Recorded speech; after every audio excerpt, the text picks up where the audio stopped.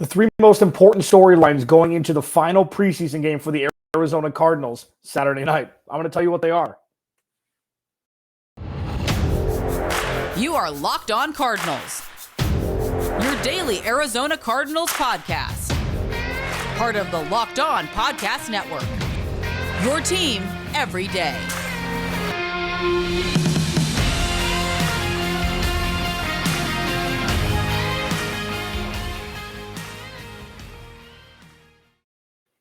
Welcome in, Locked On Cardinals. Alex Clancy here on a Thursday. Thanks for making Locked On Cardinals your first listen each and every day, free and available on all platforms. Again, I'm your host. Follow me on Twitter at Clancy's Corner. Please go to the YouTube page, hit that subscribe button, hit a like on this video, turn the notifications on so you know exactly when videos will be posted.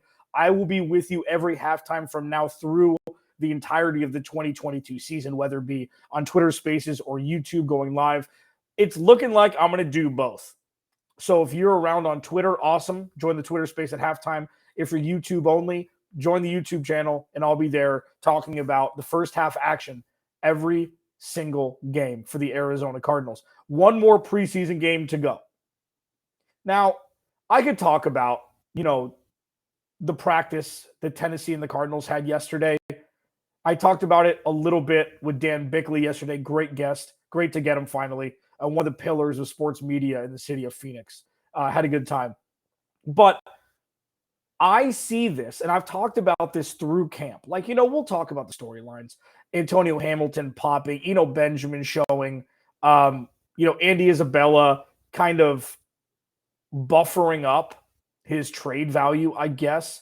But all in all, this camp hasn't been like others.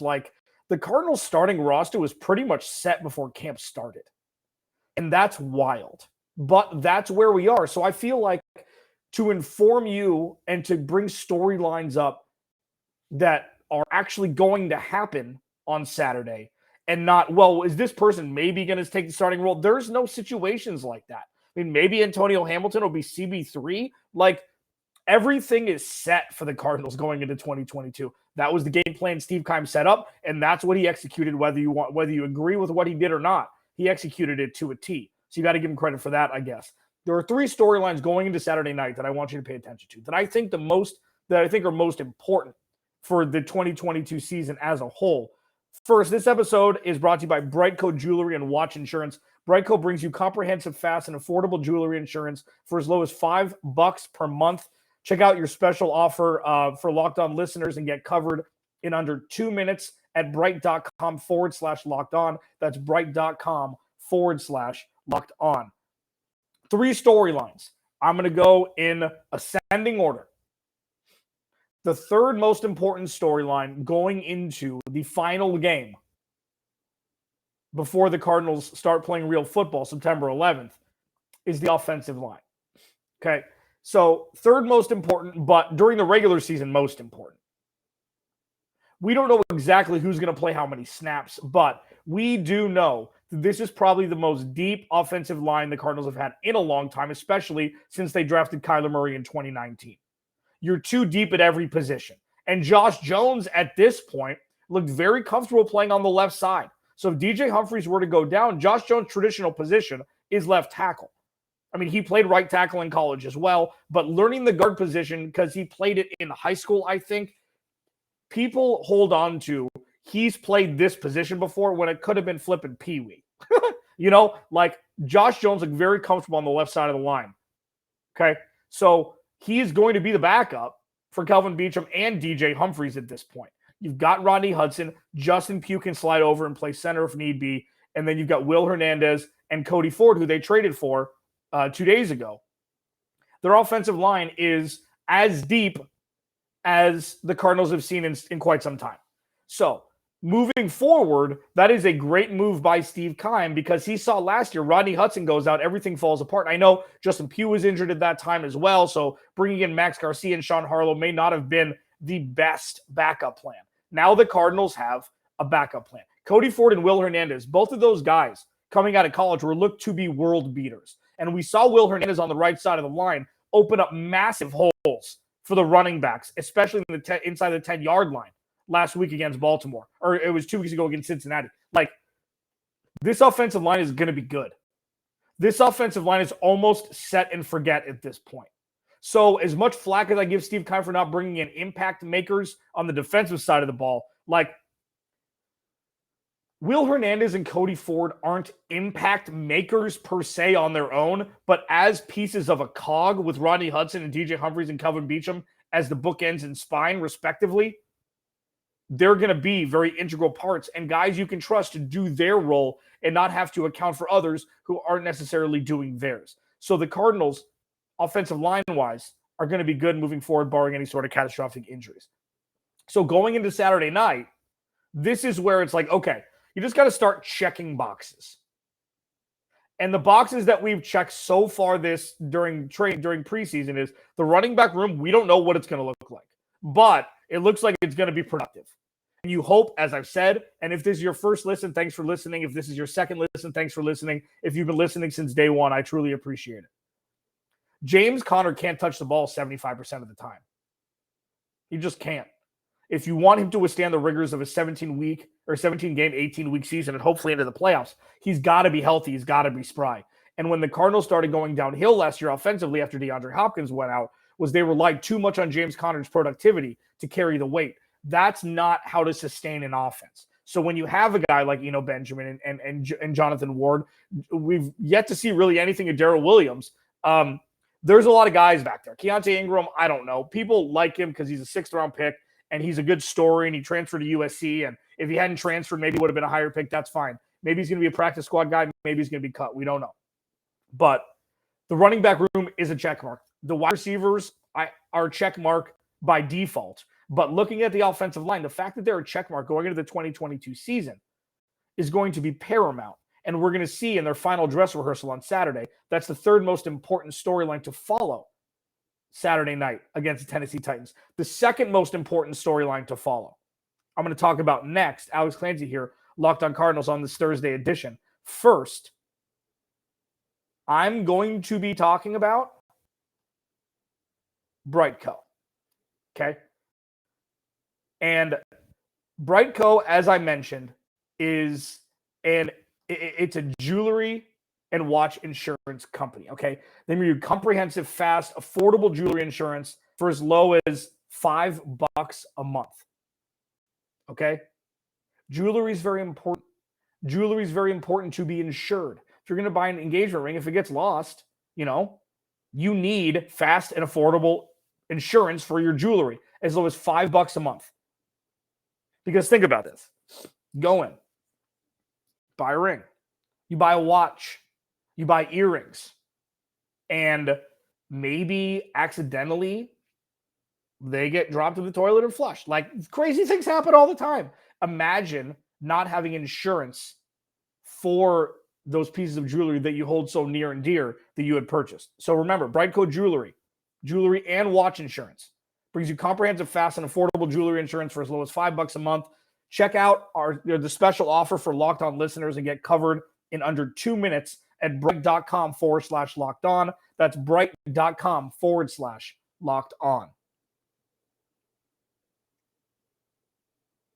The three most important storylines going into Saturday night against the Tennessee Titans and the dress rehearsal for the Arizona Cardinals before the kickoff of the 2022 NFL season, when Kansas City Chiefs come to State Farm Stadium. I gave you my third one. I'm Alex Clancy. I'm the host of Locked On Cardinals. Follow me on Twitter at Clancy's Corner. Follow the podcast at Locked On AZ Cards. Please subscribe to the YouTube channel as well. If you want to go to Apple Podcasts, leave a rating, leave a review. You're welcome to. I'm just happy that you're here with me. The second most important storyline for Saturday night is how the offense is going to look when it's like, okay, they're a week away from real football. Don't know how much Kyler Murray is going to play at this point. Probably going to be a couple series, maybe a quarter. But you just want to see an elevation from Trace McSorley to Kyler Murray. And you're going to see it, but with Hollywood Brown on the field, okay? A.J. Green, Rondale Moore, James Conner. You just want to see the offense get a couple first downs. And this is the second most important storyline because this is the first time we're going to see the offense where it's not going to be Greg Dortch and Andy Isabella on the outside. And this is The offense is going to be leading the ship this year. This is the first time since Kyler Murray's been drafted where the offense is without a doubt going to need to be the strong suit for the Cardinals to win games because there's no alternative. And going into the last preseason game, and it doesn't even matter who they're playing. It's like, oh, they're playing. Like, if they were playing the Ravens defense with their ones, it's like, it doesn't matter who the Cardinals are playing Saturday night, really.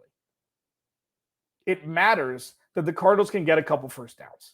It matters that they can have a sustained drive. It matters that Hollywood Brown gets a couple targets. It matters that we see some sort of back and forth, like, what could this backfield look like? And then, as I mentioned last segment, it matters that the offensive line protects Kyler Murray. So I know that this is still a faux game, okay? And as I've said, pretty much since the beginning of camp, we know who the starters are going to be. There's nobody really jockeying per position. There's going to be jockeying for play time, but there's not going to be, we know who the starting 22 guys are. Maybe Antonio Hamilton jump in. Like, we don't know exactly the cornerback room, but we know pretty much everything that we're going to see. We know pretty much everything. And I don't think that that's absolutely normal across the NFL. So when I'm talking about more macro storylines, it's like, well, we can break down who could potentially start. We could break down who could potentially get more reps. We know already, for the most part. The camp storylines are fun, but are we living in a la-la land, or are we living in what we're actually going to see week one? Greg Dortch, fantastic story. I hope he makes the 53-man roster. They have 8 receivers. You know, are they gonna roster 7 receivers on game day? We don't know. They can't roster 12 running backs and wide receivers combined on game. You just can't do it. So all of these storylines are great, but we're getting close to week one, and we need to kind of unwrap the sugar-coated storylines of like, oh, you know what? I really hope this guy makes a team. That may be true, and it should be true for Greg Dortch especially. But is he going to be getting 80% of the wide receiver reps come game day? You say, well, maybe. No, he's not. He's going to be a depth guy. If injuries come in and he's sprung to action, you hope he can perform like he did during the preseason and during camp, because he's the storyline coming out of camp. He's the fun storyline coming out of camp. And living in the real world, Hollywood Brown, DeAndre Hopkins when he comes back, A.J. Green, Rondale Moore. Those are going to be the receivers on the field. Zach Ertz. I see Trey McBride getting more reps than Greg Dortch. Like, it's going to be fun. You hope he makes it, but this isn't Rudy. And that's why I'm talking about bigger picture storylines for people to absorb and be like, well, these are the things that we're going to be seeing come week one. So we'd like to do our final checklist on our clipboard to see how these things are before the season starts. Offensive line, third most important. The offense as a whole, second most important. What's the most important thing we're going to be looking at Saturday night against the Tennessee Titans? I mean, if you've listened to this podcast, thank you, first of all. You know what the next 7 minutes are going to be. You're just going to have to wait for a couple minutes to hear it. Alex Clancy, Locked On Cardinals. I'll be right back. Alex Clancy here. Follow me on Twitter at Clancy's Corner. Follow the podcast at Locked On AZ Cards. Thank you for making Locked On Cardinals your first listen each and every day, free and available on all platforms. I will be with you halftime of every game through the 2022 NFL season on YouTube and on Twitter Spaces. Join me.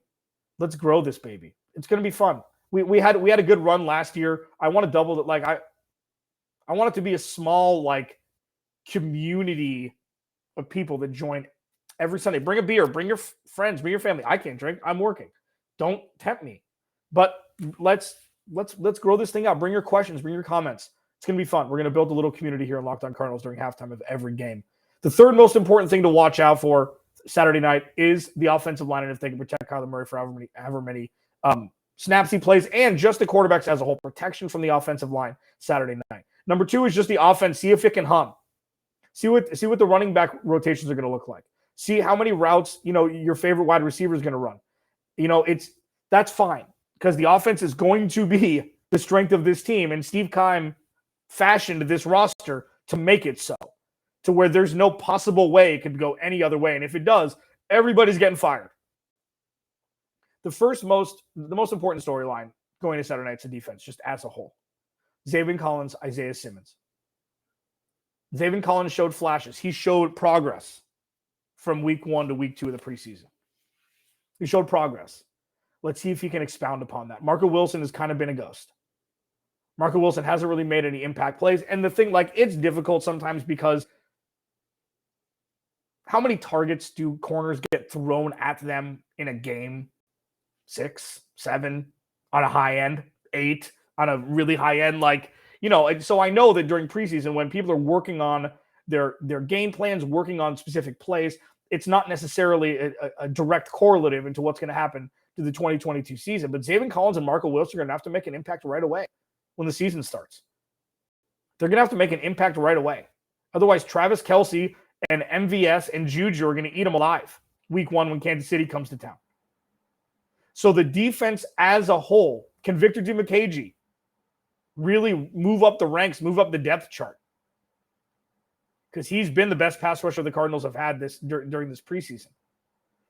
Can Cam Thomas and Sanders continue their production to maybe play 30 or 40% of the snaps in 2022? Are Lecky Fotu and Rashad Lawrence the truth in the middle of the defense, in the middle of the interior of the defensive line?